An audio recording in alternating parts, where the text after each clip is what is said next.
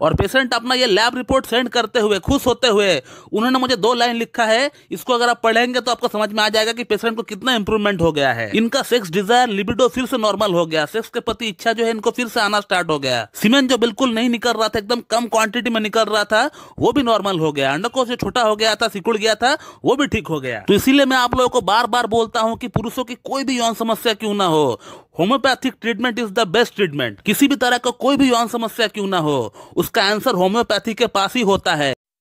दोस्तों, क्या आपको पता है कि अगर आपका पिट्यूटरी ग्लैंड से निकलने वाला 2 हार्मोन अगर LH FSH अगर सही से ना निकले तो भी आपको नापुंसकता हो सकता है, इरेक्टाइल डिस्फंक्शन हो सकता है, आपको इनफर्टिलिटी हो सकता है। तो आज हम लोग इसी टॉपिक के ऊपर बात करने वाले हैं कि ये LH FSH किस तरह का हार्मोन है, इसका क्या रोल है हमारा बॉडी में, और कहीं अगर ये कम हो जाए हमारा बॉडी में तो हमें किस तरह का नापुंसकता में देखने को मिल सकता है, और उसी के साथ उसका इलाज कैसे हो सकता है होम्योपैथी में, ये भी हम लोग जानेंगे इस वीडियो में। तो मैं डॉक्टर सुप्रदत्ता और आप सभी का फिर से एक बार बहुत बहुत स्वागत करता हूं अपने इस YouTube channel homeo care tips पे। दोस्तों, LH और FSH, LH का फुल फॉर्म होता है ल्यूटिनाइजिंग हार्मोन और FSH का फुल फॉर्म होता है फॉलिकल स्टिमुलेटिंग हार्मोन, और ये दोनों ही हार्मोन रिलीज होता है हमारा पिट्यूटरी ग्लैंड से। एंटीरियर पिट्यूटरी ग्लैंड यानी पिट्यूटरी ग्लैंड का सामने का पार्ट से ये निकलता है, और ये 2 हार्मोन को बनाने के लिए फोर्स करता है हमारा ब्रेन। हमारा हाइपोथैलेमस जो एक पार्ट होता है ब्रेन का,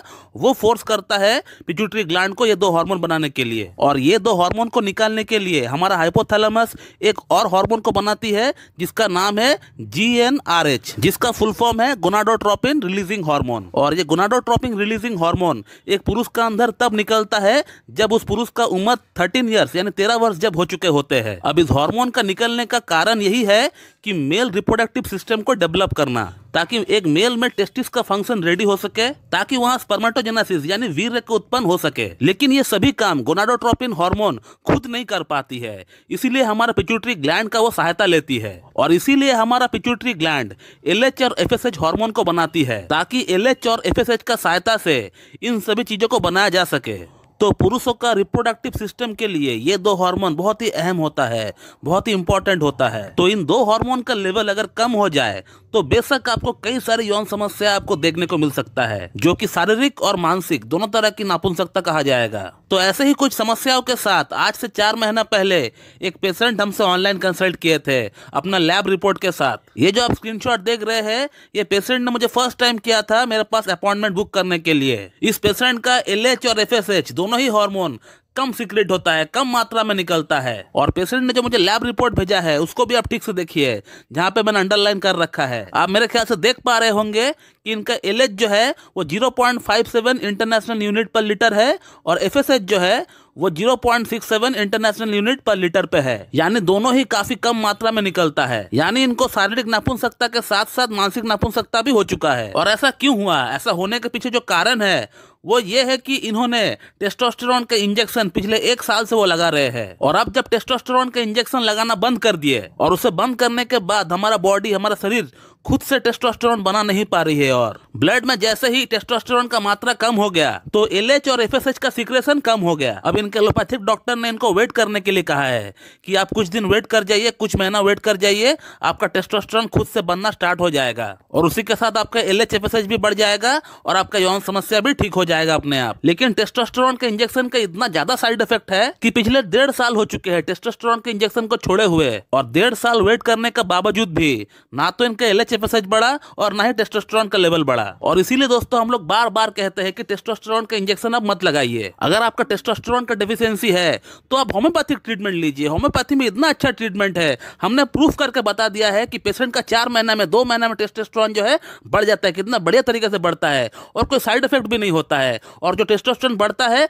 वो आपका बॉडी ही बनाती है, आपका अंडकोश खुद टेस्टोस्टेरोन बनाता है, ना कि कोई मेडिसिन के जरिए कोई इंपैक्ट डाल के आपका टेस्टोस्टेरोन बढ़ाया जाता है। और अब इस पेशेंट की अगर समस्याओं की बात करें तो इस पेशेंट की टेस्टोस्टेरोन का लेवल फिर से लो हो चुका है, जैसे पहले हुआ करता था। इन्होंने मुझे अपना टेस्टोस्टेरोन का रिपोर्ट भी भेजा था जो कि 250 नैनोग्राम पर डेसीलीटर के आसपास था। फिर हमने इनका एक थॉरोली केस टेकिंग किया और केस टेकिंग करके हमने इनका ट्रीटमेंट स्टार्ट कर दिया होम्योपैथी में। पेशेंट का हमने पूरा केस टेकिंग किया थॉरोली, और केस टेकिंग करने के बाद पेशेंट को हमने अर्जेंटम नाइट्रिकम प्रिस्क्राइब किए। अर्जेंटम नाइट्रिकम को हमने 0/9 से स्टार्ट किए थे इस केस में, और 15 दिन में एक बार हमने इनको सिलेनियम 1M लेने के लिए कहा था। और तकरीबन 4 महीने बाद हमने इस पेशेंट का लैब रिपोर्ट फिर से निकाला है।